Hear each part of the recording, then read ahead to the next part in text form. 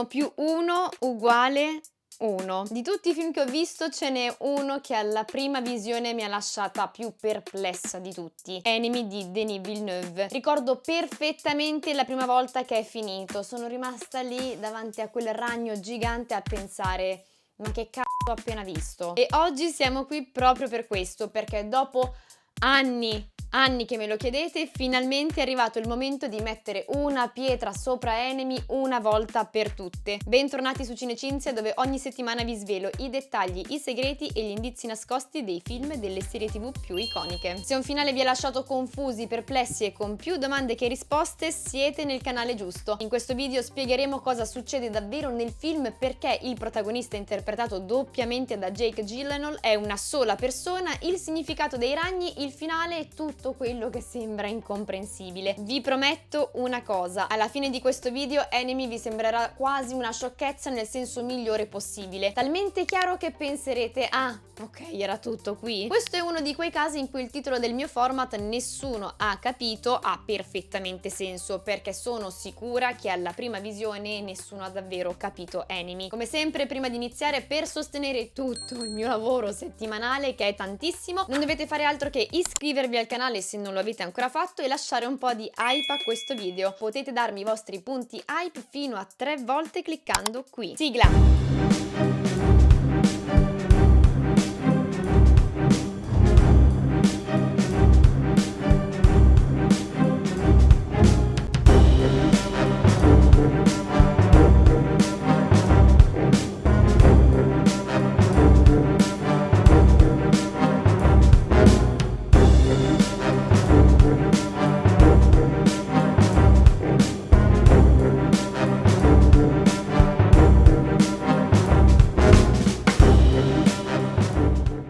Capitolo 1. Cosa succede davvero in Enemy? Enemy inizia con la storia di Adam Bello, un professore universitario che vive una vita estremamente ripetitiva, fatta di lezioni imparate a memoria, abitudini e la sua relazione con la fidanzata, interpretata da Mélanie Laurent. Un giorno, quasi per caso, guardando un film consigliato da un collega, Adam, grazie a un sogno successivo, nota un attore che fa semplicemente la comparsa che è identico a lui in modo inquietante. Da quel momento l'ossessione prende il sopravvento. Adam scopre che quest'uomo si chiama Anthony Clare, fa l'attore, è sposato e sta per diventare padre. I due iniziano a cercarsi, a incontrarsi, fino a intrecciare le loro vite in maniera confusa e misteriosa. Il film procede come un thriller, c'è un doppio, c'è un mistero, c'è una tensione costante e tutto sembra portarci verso una rivelazione finale. Ma più la storia va avanti, più la realtà si incrina. I confini tra Adam e Anthony diventano instabili, le donne che li circondano reagiscono in modo strano e il film inizia a comportarsi come se non stesse raccontando eventi reali ma qualcosa di interiore. Ed è proprio da qui che dobbiamo partire, perché per capire Enemy la prima cosa fondamentale da chiarire è questa: Adam e Anthony non sono due persone diverse, sono la stessa persona. Il film non racconta la storia di un uomo che scopre di avere un sosia identico, ma la storia di un uomo che non riesce a tenere insieme parti incompatibili della propria identità. Per questo le separa. Villeneuve le mette in scena come se fossero due individui distinti. Adam, il professore, è la versione un po' più passiva, più spenta, quella che subisce di più la routine, il lavoro, il senso di colpa, è l'uomo che osserva la propria vita da fuori come se non gli appartenesse davvero. Anthony invece è la versione attiva, dominante, impulsiva, quella che tradisce, che decide, che prende dei rischi. Il film costruisce l'illusione del doppio perché è l'unico modo che il protagonista ha per non assumersi una responsabilità unica. Finché esistono due identità separate, nessuna delle due deve rispondere completamente alle conseguenze. Quella che mette in atto il nostro protagonista non è altro che una strategia mentale. E infatti Enemy non ci mostra mai Adam e Anthony vivere contemporaneamente nello stesso mondo sociale in modo coerente, perché tutto è sempre instabile, ambiguo, contraddittorio, perché stiamo osservando una mente che si frammenta. Con questa chiave possiamo sbloccare tutto il resto del film. Una volta accettato che Adam e Anthony sono una sola persona, Enemy non è più per noi poveri spettatori un enigma da risolvere, ma diventa il ritratto di un conflitto interiore che si ripete. Come vedremo tra poco, il concetto di ripetizione è importantissimo. Già solo alla luce di questa rivelazione la trama inizia a essere molto più comprensibile. La personalità principale del film è Anthony, l'attore che è sposato con Helen, che è incinta di 6 mesi. La loro relazione è stabile, però attesa, lui l'ha tradita e lei lo sa. Parallelamente il suo doppio, Adam, l'insegnante, porta avanti una relazione con Mary. Mary quindi non è una fidanzata ufficiale, è l'amante. Sa che lui è sposato, però crede che quel matrimonio sia finito o comunque lasciato alle spalle. Questo ci aiuta a spiegare anche alcune scene costruite appositamente per ingannarci alla prima visione, tipo questa. Ellen osserva suo marito seduto su una panchina. Lui non la riconosce e lei è chiaramente sconvolta. Noi pensiamo, certo che non la riconosce, perché lui non è Anthony, è Adam. Però non è così. Lui è talmente frammentato che in quel momento non la riconosce. Lui è Adam, non è Anthony in quell'istante, ma subito dopo si contraddice. Lei chiama suo marito al telefono e proprio mentre Adam esce dal suo campo visivo, Anthony, che sappiamo essere sempre Adam, le risponde. Quindi c'è o ci fa entrambe le cose. Lui vuole scindere le sue due parti di sé, ma c'è una parte dentro di lui che è consapevole che non esiste nessun Adam. Arriviamo poi a un altro punto cruciale, l'incidente. Nel film vediamo l'auto ribaltarsi violentemente con Mary e Anthony, ma la domanda è: l'incidente è accaduto davvero? Mary è morta? Il giorno dopo Adam è a casa, si sveglia, accende la radio e sente parlare di un incidente. Non sappiamo se sia lo stesso e soprattutto lui cosa fa? Spegne la radio. L'incidente rappresenta semplicemente una rottura definitiva della relazione con Mary, una fine violenta messa in scena dalla sua mente. Il fatto che lui spenga la radio prima di sentire i dettagli è coerente con il suo comportamento per tutto il film. Evitare. Piccola parentesi, Enemy è tratto dal romanzo The Double di Saramago, che a sua volta richiama l'omonimo racconto di Dostoevsky. Nel testo di Dostoevsky il protagonista incontra il proprio doppio e il rapporto degenera fino a un conflitto in cui l'altro tenta di sostituirlo. Saramago riprende questa idea, però la amplia, trasformando la rivalità in uno scambio di identità che porta a conseguenze disastrose, incluso l'incidente d'auto presente sia nel romanzo che nel film. Villeneuve non ha chiamato il film The Double. Quel titolo effettivamente avrebbe anche funzionato perché il doppio è proprio la miccia narrativa, ma Enemy è un po' più preciso perché ci dice subito quale sarà il centro della storia, perché il punto non è l'esistenza di un sosia ma il conflitto. Nei romanzi lo scontro tra i due non è mai soltanto due uomini che si rubano a vicenda la vita, è la guerra tra parti diverse della stessa identità. Villeneuve fa un passo ulteriore e la chiama col suo nome. L'enemy non è l'altro chiaramente, ma è ciò che lo spinge a ripetere sempre lo stesso meccanismo anche quando sa che lo distrugge. E c'è anche poi un dettaglio pratico: nel 2013, anno in cui è uscito questo film, era già uscito un altro film che si chiamava The Double, quindi cambiare titolo evitava anche sovrapposizioni, ma soprattutto spostava l'attenzione dal colpo di scena al vero significato emotivo del film. Capitolo 2: il doppelganger e il subconscio. A questo punto una domanda viene spontanea: se Adam e Anthony sono la stessa persona, perché il film ce li mostra come due individui assolutamente separati che si incontrano, si parlano e arrivano persino a scontrarsi? La risposta sta in un meccanismo narrativo molto preciso che nel cinema esiste da sempre, si chiama doppelganger. Il doppelganger è un modo di raccontare visivamente un conflitto interno quando quel conflitto è troppo grande per restare invisibile. Quando un personaggio non riesce a tenere insieme parti opposte di sé, la storia le separa e le rende così due presenze distinte, di modo che possano guardarsi, parlarsi e combattersi. Non ce la faccio, anche in questo video riesco a menzionare Fight Club. Mi rendo conto davvero dell'importanza di questo film man mano che produco queste mie analisi e gira e rigira riesce sempre fuori. Ovviamente trovate già la spiegazione di Fight Club sul mio canale se siete interessati. Diciamo che Fincher sta a Fight Club come Villeneuve sta a Enemy. In Fight Club il doppio non è un colpo di scena fine a se stesso, ma il modo in cui il protagonista separa la propria rabbia, la violenza e il desiderio di distruzione dalla sua identità sociale. Tyler Durden non è un altro uomo, è ciò che il protagonista fa quando smette di riconoscersi come soggetto responsabile. Le azioni accadono davvero, ma vengono però attribuite a un altro perché accettarle sarebbe davvero troppo insostenibile. Nel cinema infatti il doppelganger viene usato proprio quando l'identità non regge più come unità unica. Quando desiderio e responsabilità, colpa e impulso non riescono più a vivere nello stesso spazio mentale, il racconto crea un doppio. Serve a mostrare che entrambi esistono e che il problema è proprio tenerli insieme. Enemy funziona esattamente così. Adam e Anthony sono due modalità di esistenza che però appartengono allo stesso uomo. Le azioni accadono, hanno delle conseguenze, ma l'identità che le compie viene frammentata perché riconoscerle come proprie sarebbe appunto insostenibile, come dicevamo. Ed è per questo che il film non usa mai il doppelganger come rivelazione finale e come plot twist. Non c'è un momento in cui si scopre, diciamo, la verità come in Fight Club. Il doppio è lì sin dall'inizio. A questo punto facciamo un ulteriore passo in avanti infatti dicendo che Enemy non funziona come un racconto realistico, funziona come una rappresentazione del subconscio. Villeneuve stesso, in alcune interviste legate al film, dove giustamente i giornalisti gli chiedevano che cosa diavolo stesse accadendo nel film, lui stesso lo ha definito come una sorta di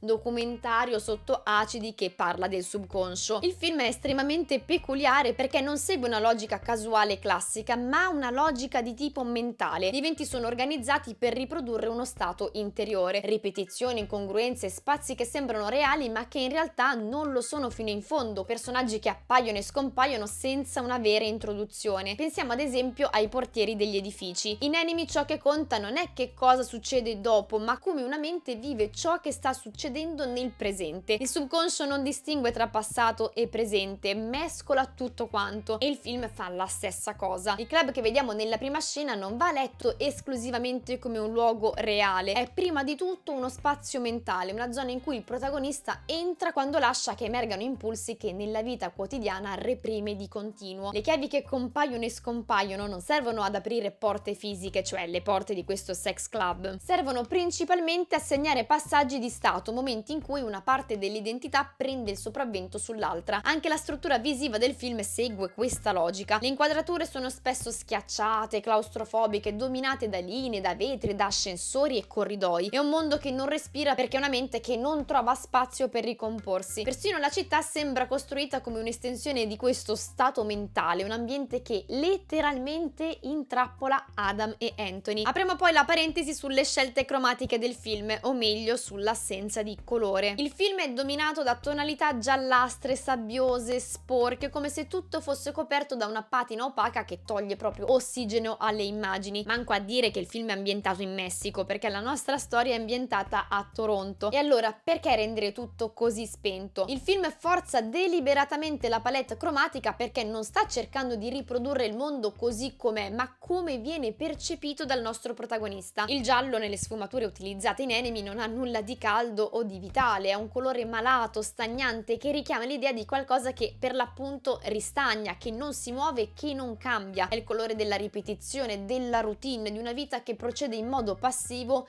e che non evolve. Tutto sembra sospeso in uno stato di perenne attesa, come se mancasse sempre un passo per arrivare da qualche parte. Questa palette cromatica contribuisce a rendere il film claustrofobico persino negli spazi aperti. Le strade, i palazzi, i cieli sembrano chiudersi addosso ai personaggi. È un mondo visivamente coerente con una mente che si sente intrappolata, compressa e senza una via d'uscita. Ed è interessante anche notare che non esiste una vera variazione cromatica tra i mondi di Adam e Anthony. Non c'è un colore che identifichi uno e un colore che identifichi l'altro, come spesso accade in film di questo tipo, proprio perché non stiamo guardando due identità separate, ma la stessa percezione mentale che avvolge tutto quanto. Qualunque ruolo il protagonista stia assumendo in quel momento, il mondo resta identico, soffocante e immobile. La scelta cromatica lavora quindi come un sottofondo costante, impercettibile però fondamentale. Serve a tenere lo spettatore nello stesso stato emotivo del protagonista. Disagio, stanchezza, senso di ripetizione, incapacità di respirare davvero. I colori non cambiano mai, la storia rimane sempre bloccata in questa zona intermedia e sporca. Ed è esattamente qui che vive il suo personaggio, un limbo emotivo in cui nulla esplode davvero e nulla si risolve. Per questo Enemy non offre mai un punto di vista esterno stabile, non c'è una scena che possiamo definire completamente oggettiva. Tutto è filtrato perché stiamo guardando la realtà così come viene percepita da qualcuno che ha smesso di sentirsi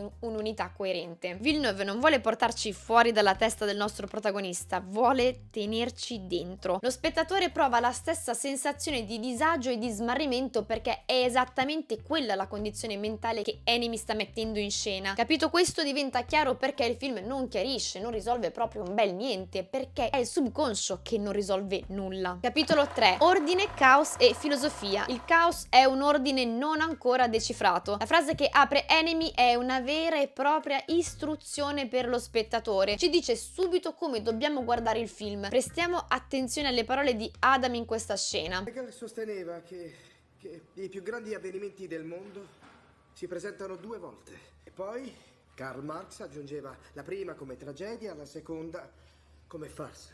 È importante ricordare questo, si tratta di un piano che si ripete in qualsiasi momento storico. Quando in classe lui parla di Hegel e Marx, di cicli storici, di schemi che si ripetono e di sistemi di controllo, sta descrivendo esattamente la struttura della propria esistenza. E da come si nota poi in una scena successiva, persino queste lezioni le ha imparate a memoria, le ripete in modo automatico. La storia per lui non avanza mai davvero. Cambia forma, sì, cambia faccia, ma torna sempre sugli stessi punti. È un movimento circolare. Hegel parlava della storia come di un processo che si muove attraverso contraddizioni. Marx riprende quell'idea e la trasforma in un sistema fatto di forze che si scontrano ma che comunque restano intrappolate dentro strutture molto più grandi. Enemy prende questo concetto e lo porta così sul piano individuale. La contraddizione non è sociale, è interna e qui il sistema non è politico ma psicologico. Il protagonista vive dentro un ordine rigidissimo fatto di abitudini, di ruoli, di aspettative, di controllo, ma dall'interno quell'ordine viene percepito come caos perché non lascia spazio a una vera scelta. Ogni tentativo di rompere la struttura, di ribellarsi, di uscire dal percorso stabilito non fa altro che riprodurre lo stesso schema sotto un'altra forma ma molto più violenta. Insomma, il controllo non arriva dall'esterno, non c'è un'autorità visibile, non c'è un potere che impone, il controllo viene interiorizzato. Adam è sia il soggetto che subisce la dittatura sia quello che la mantiene in vita. La sua mente funziona come un regime che si autoalimenta, diciamo, senza bisogno di un nemico esterno. Il vero enemy della storia, il vero villain è lui stesso. Enemy ci chiede quindi non di rimettere ordine al caos, ma di riconoscere l'ordine che già esiste anche quando è soffocante, quando è distruttivo, perché finché quell'ordine non viene decifrato, l'unica cosa possibile è continuare a ripeterlo. Dopo aver capito questa chiave filosofica, possiamo iniziare a decifrare i dettagli, le immagini e i simboli della storia, perché è lì che l'ordine nascosto si manifesta davvero. Ma a tutti questi bellissimi indizi ci arriviamo nel capitolo 5. Capitolo 4: Enemy e la mascolinità in crisi. Da che cosa scaturisce la scissione del o dei personaggi di Jake Gyllenhaal? In Enemy la crisi del protagonista non nasce da un trauma improvviso, ma da qualcosa di molto più quotidiano e molto più difficile da ammettere: la paura di diventare un adulto. Sia Anthony che Adam sono uomini che sulla carta hanno già tutto ciò che definisce una vita adulta: un lavoro stabile, una relazione strutturata e una routine precisa. Eppure il film lo mostra costantemente come qualcuno che vive quella vita però senza abitarla fino in fondo. È presente fisicamente ma emotivamente sembra sempre altrove, in ritardo, come se stesse osservando la propria esistenza dall'esterno. L'impegno in Enemy non viene mai direttamente nominato come problema, però è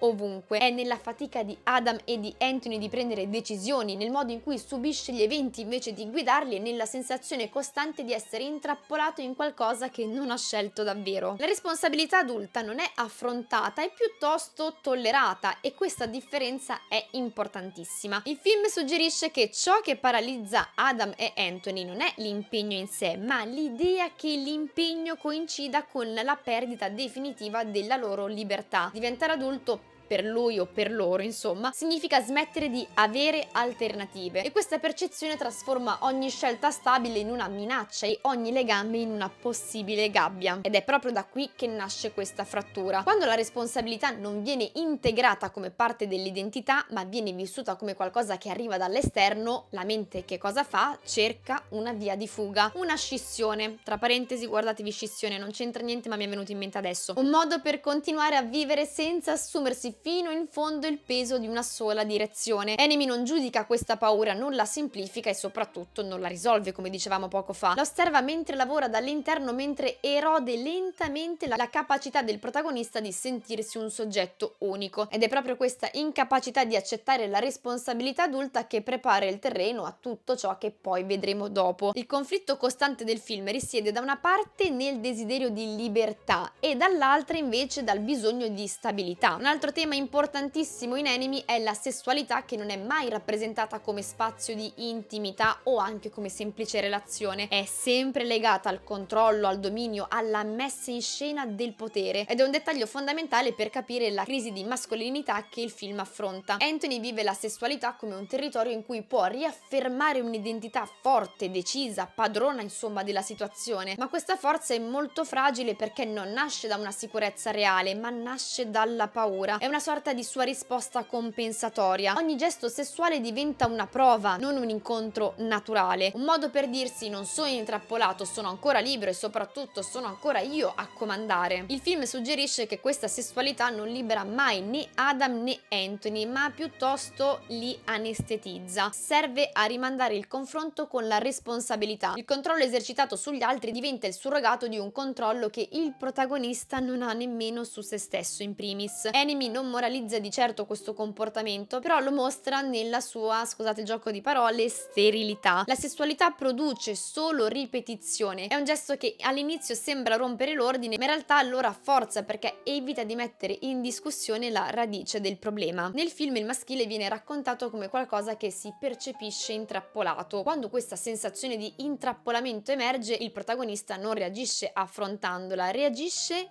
evitando. E le forme di questa reazione sono due, sono anche molto chiare nel film, perché sono la fuga e lo sdoppiamento. La fuga in Enemy non è mai una vera uscita dal sistema, non è cambiare vita, ma spostarsi lateralmente. Adam devia l'attenzione, si rifugia nell'ossessione per il doppio, rincorre Anthony come se concentrarsi su un altro potesse allontanarlo dal peso di se stesso. Anthony dall'altra parte fugge attraverso il tradimento e il club, creando spazi separati in cui la responsabilità sembra momentaneamente sospesa. Tuttavia sono espedienti che aggirano il sistema e non lo fuggono sicuramente. Quando anche queste fughe non bastano più, entra in gioco lo sdoppiamento come strategia mentale di sopravvivenza. Il protagonista non riesce a sostenere l'idea di essere allo stesso tempo colui che desidera e colui che deve assumersi anche le conseguenze. Così si divide, distribuisce le azioni e il peso che queste portano su due identità diverse. In questo senso Anthony e Adam non rappresentano una scelta tra due vite, ma l'impossibilità di tenerne una sola. Lo sdoppiamento diventa l'unico modo per poter continuare a funzionare senza dover affrontare una decisione definitiva, ma anche questa ovviamente è una soluzione instabile che è destinata a collassare. Enemy mostra che quando il maschile vive l'impegno come una trappola e non come una scelta, produce frammentazione. Se la fuga rimanda il problema, lo sdoppiamento lo moltiplica e da questa moltiplicazione nasce la spirale che porta il film verso il suo punto più confusionario. Capitolo 5. Dettagli e indizi nascosti. A questo punto del discorso è chiaro che Enemy non è un film che nasconde la verità per poi rivelarla tutta insieme nel finale con un bel plot twist. Fa esattamente l'opposto. La verità la ripete continuamente dall'inizio alla fine, però cosa fa? La dissemina in piccoli segnali che spesso passano inosservati alla prima visione. Per questo, per capire davvero Enemy, oltre che a vederlo almeno 2 volte, bisogna guardare come il film parla quando in realtà sembra non dire niente. Dividiamo gli indizi del film in blocchi perché comunque lavorano su livelli diversi. Ci sono 3 step. I primi, gli indizi sull'identità che ci dicono chi non è chi e perché Adam e Anthony non sono separabili. 2, gli indizi sulla struttura ciclica che ci mostrano come il film giri intorno agli stessi schemi, agli stessi oggetti, segnando così delle piccole ripetizioni invisibili. Terzo, gli indizi visivi e simbolici che ci raccontano il mondo come proiezione mentale del nostro protagonista. Partiamo quindi dal primo blocco, gli indizi sull'identità. Primo indizio, la madre e il figlio. Fermiamoci su questa scena perché è super importante. Adam va a trovare sua madre, interpretata da Isabella Rossellini, e le racconta del suo presunto doppio. Le dice che esiste un uomo identico a lui e gliene parla per cercare di capire se abbia un fratello nascosto. Se questo fosse davvero un thriller classico, sarebbe il momento in cui la madre dovrebbe reagire con sorpresa o quantomeno con dubbio, e invece no, lei lo guarda e gli dice con assoluta naturalezza che è figlio unico. In più fa anche delle affermazioni interessanti. Hai già abbastanza problemi a tenerti una donna, non ti basta?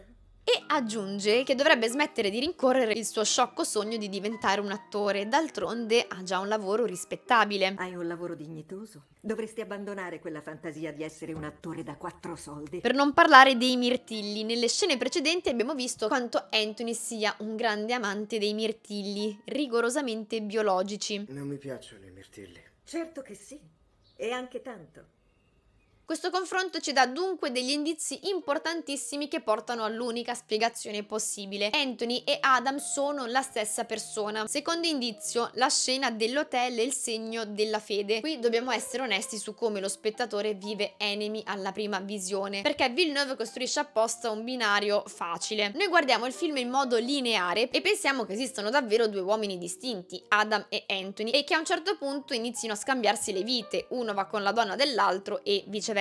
In Enemy non esistono due uomini con relazioni diverse, esiste un solo uomo che sta vivendo due vite sentimentali incompatibili. Da una parte c'è la moglie, Helen, la relazione ufficiale, il matrimonio, la responsabilità, la paternità, eccetera eccetera. Dall'altra parte c'è Mary, l'amante di Adam. Per tutto il film, quando noi vediamo Adam con Mary, la storia ci porta volutamente a pensare che siano una coppia normale, mentre in realtà stiamo guardando una relazione clandestina, però questo noi lo capiamo secoli dopo. Mary sa che lui è sposato, però come vi dicevo all'inizio crede che quel matrimonio sia finito o comunque emotivamente chiuso, crede di non essere l'altra ed è qui che arriva la scena dell'hotel. Quando pensiamo appunto che Anthony e Adam si siano scambiati le vite per stare uno con la moglie dell'altro e l'altro con la fidanzata dell'altro, Anthony va a letto con Mary e Mary a un certo punto capisce che davanti a lui non c'è Adam ma un altro uomo, Anthony. Solo che il dettaglio decisivo è proprio questo: Mary non è che si spaventa perché pensa che sia un'altra persona, si spaventa perché vede il segno della fede sul dito. Lei non è che dice oddio sei un altro uomo, lei sta dicendo tu sei ancora sposato. In quell'istante Mary capisce che il matrimonio non è finito, che la vita ufficiale di quell'uomo esiste ancora e che lei non è una compagna ma è l'amante. Insomma, ha capito che lui le ha mentito. Questa è la prova che l'uomo davanti a Mary sta vivendo due vite incompatibili e che per un attimo le due cose collassano nella stessa inquadratura. Questa scena è importante perché ci fa credere di stare guardando uno scambio, ma in realtà ci sta mostrando una sovrapposizione. Passiamo adesso agli indizi che ci suggeriscono la natura ciclica della storia. Terzo indizio: la foto strappata e poi ricomposta. A un certo punto Adam, mentre sta effettuando delle ricerche su Anthony, ha tra le mani una fotografia strappata a metà. Una donna è stata eliminata dalla foto. Solo più avanti, quando Adam si reca nell'appartamento di Anthony, lo spazio che rappresenta l'altra faccia della sua esistenza, chiamiamolo così, vediamo la stessa identica fotografia, ma questa volta intera e incorniciata. Accanto ad Adam, nella foto completa, c'è Helen, la moglie. Ma allora, qual è il senso di questa fotografia? All'inizio non sappiamo ovviamente chi è la donna perché Adam sta vivendo come se quella parte della sua vita non gli appartenesse e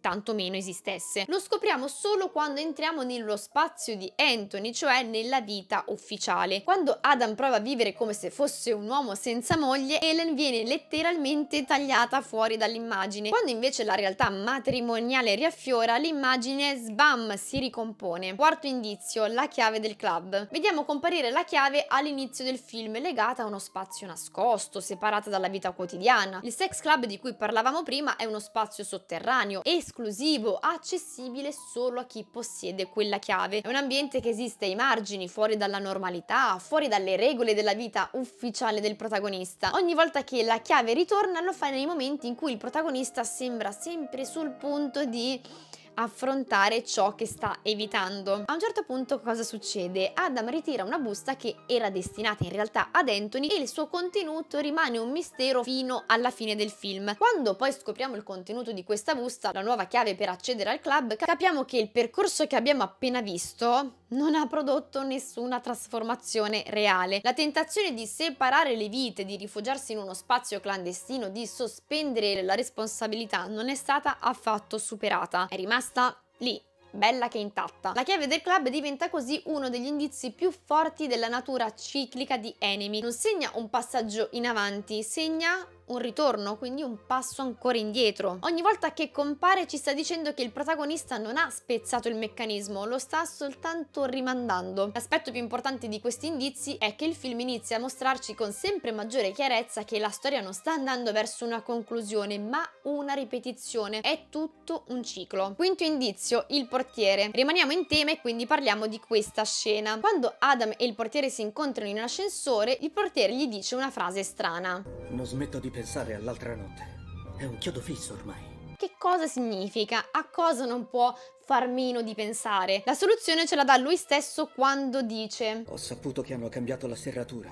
e ordinato nuove chiavi. È questo il punto in cui capiamo che cosa apre la chiave del finale. Come abbiamo detto, serve per entrare nel club. Quindi significa che anche lui ha partecipato a quegli incontri. C'è un ultimo dettaglio che chiude perfettamente il discorso sulla struttura ciclica di Enemy, ed è la chiamata della madre, che a una prima visione dice: ma perché? Che senso ha inserire sta roba? Invece è il senso di tutto. Il film si apre con un messaggio vocale lasciato in segreteria. Sentiamo la madre di Adam che gli parla, che commenta la sua vita, che dice di non sentirsi tranquilla, che non le piace l'appartamento che ha scelto. È semplicemente una voce fuori campo. Ciao tesoro, sono la mamma. Grazie per avermi fatto vedere il tuo nuovo appartamento. Sono un po' preoccupata. Voglio dire, come puoi vivere così? Comunque, mi richiami? Vediamoci presto. Ti voglio bene. Poi succedono talmente tante cose, apparentemente anche insensate nel film, che lo spettatore poi si dimentica persino che la storia sia incominciata in quel modo. Ma poi arriviamo al finale. Helen dice a Anthony, che in realtà in quel momento per noi è Adam, che sua madre ha chiamato di nuovo. Ho dimenticato di dirti che ha telefonato tua madre. Le ho detto che l'avresti richiamata. Grazie.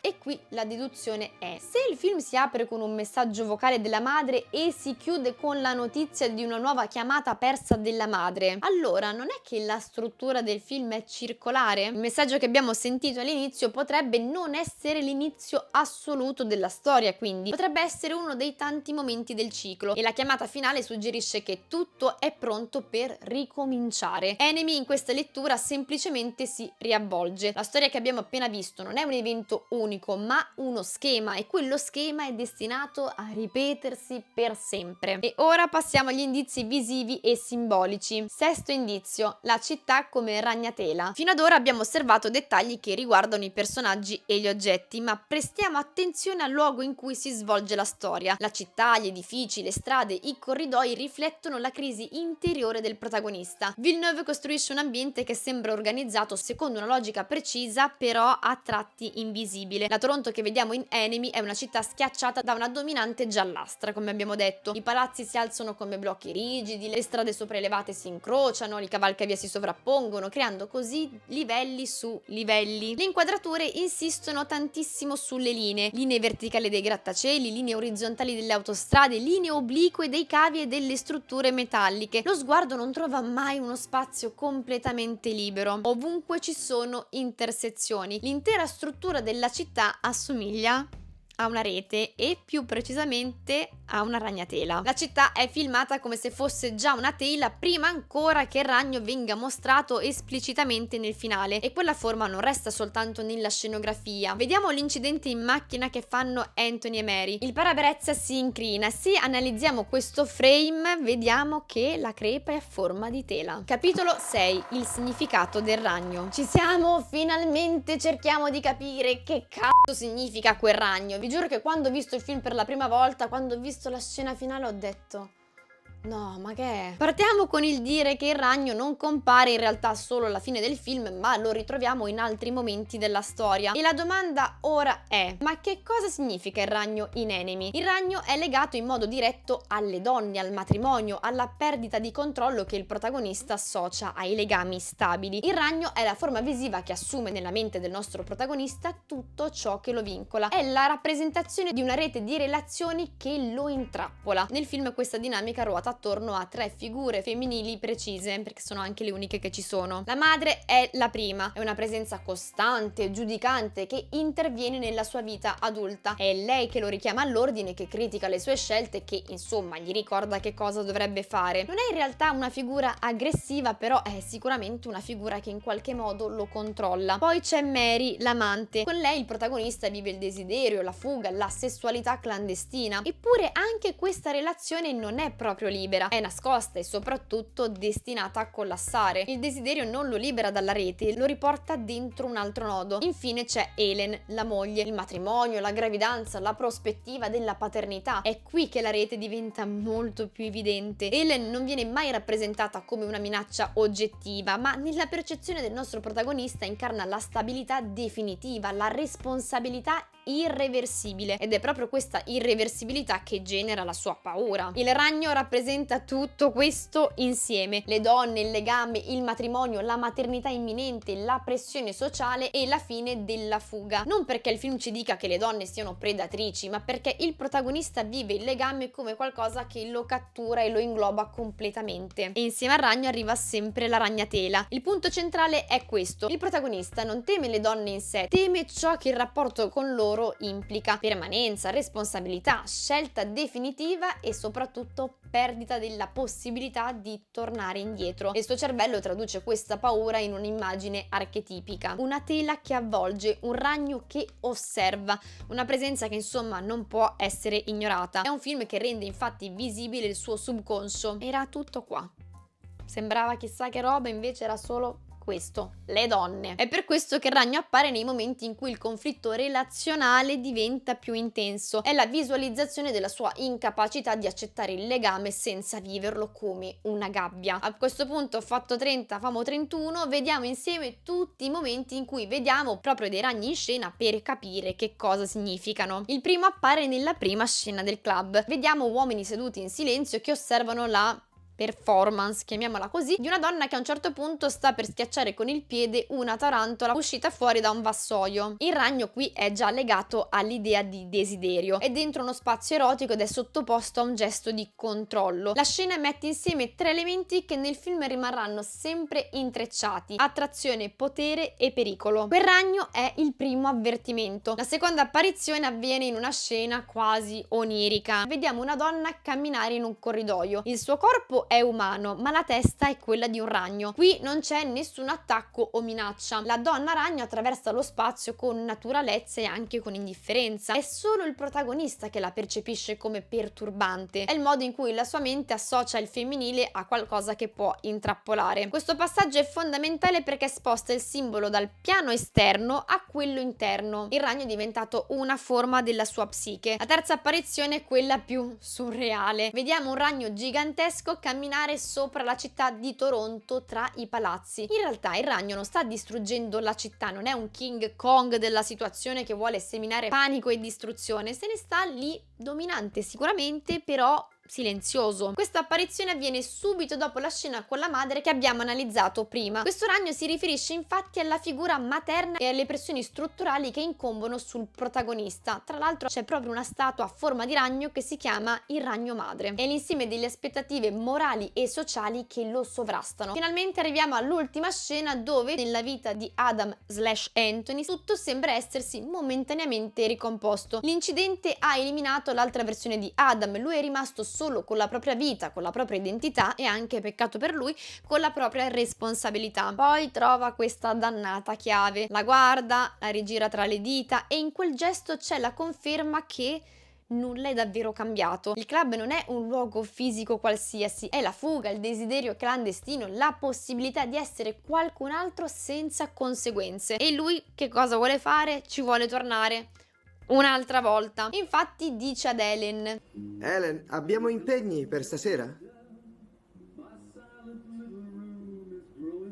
Perché credo che dovrò uscire.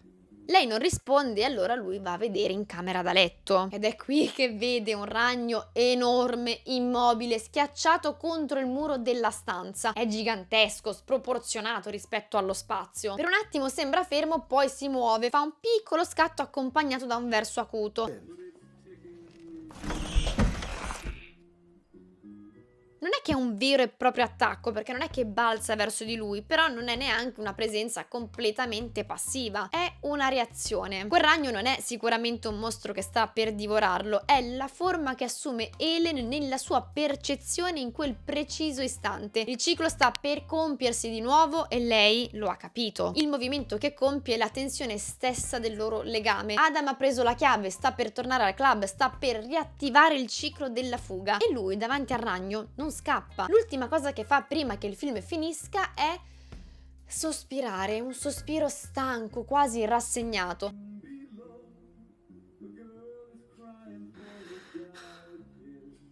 è la consapevolezza che la rete è ancora lì, che il conflitto non è stato risolto, che la scissione non ha portato a nessuna trasformazione. Quindi sì, alla fine Enemy è davvero un'operazione matematica emotiva. 1 più 1 uguale 1. Non esistono due vite, non esistono due uomini. Esiste una sola identità che prova a dividersi per non dover affrontare la responsabilità di restare intera. Bene amici, siamo arrivati anche alla fine di questo episodio. Io spero che la mia analisi vi sia piaciuta e se siete arrivati fino alla fine fatemelo sapere nei commenti mettendomi ovviamente l'emoticon del ragno. Continuate a supportarmi iscrivendovi al canale, sapete quanto sia fondamentale per me per poter continuare a portare video spiegazioni qui su YouTube. Io vi ringrazio se mi vorrete sostenere, ci vediamo la settimana prossima sempre qui su Cinecinzia per smontare un nuovo film scena per scena.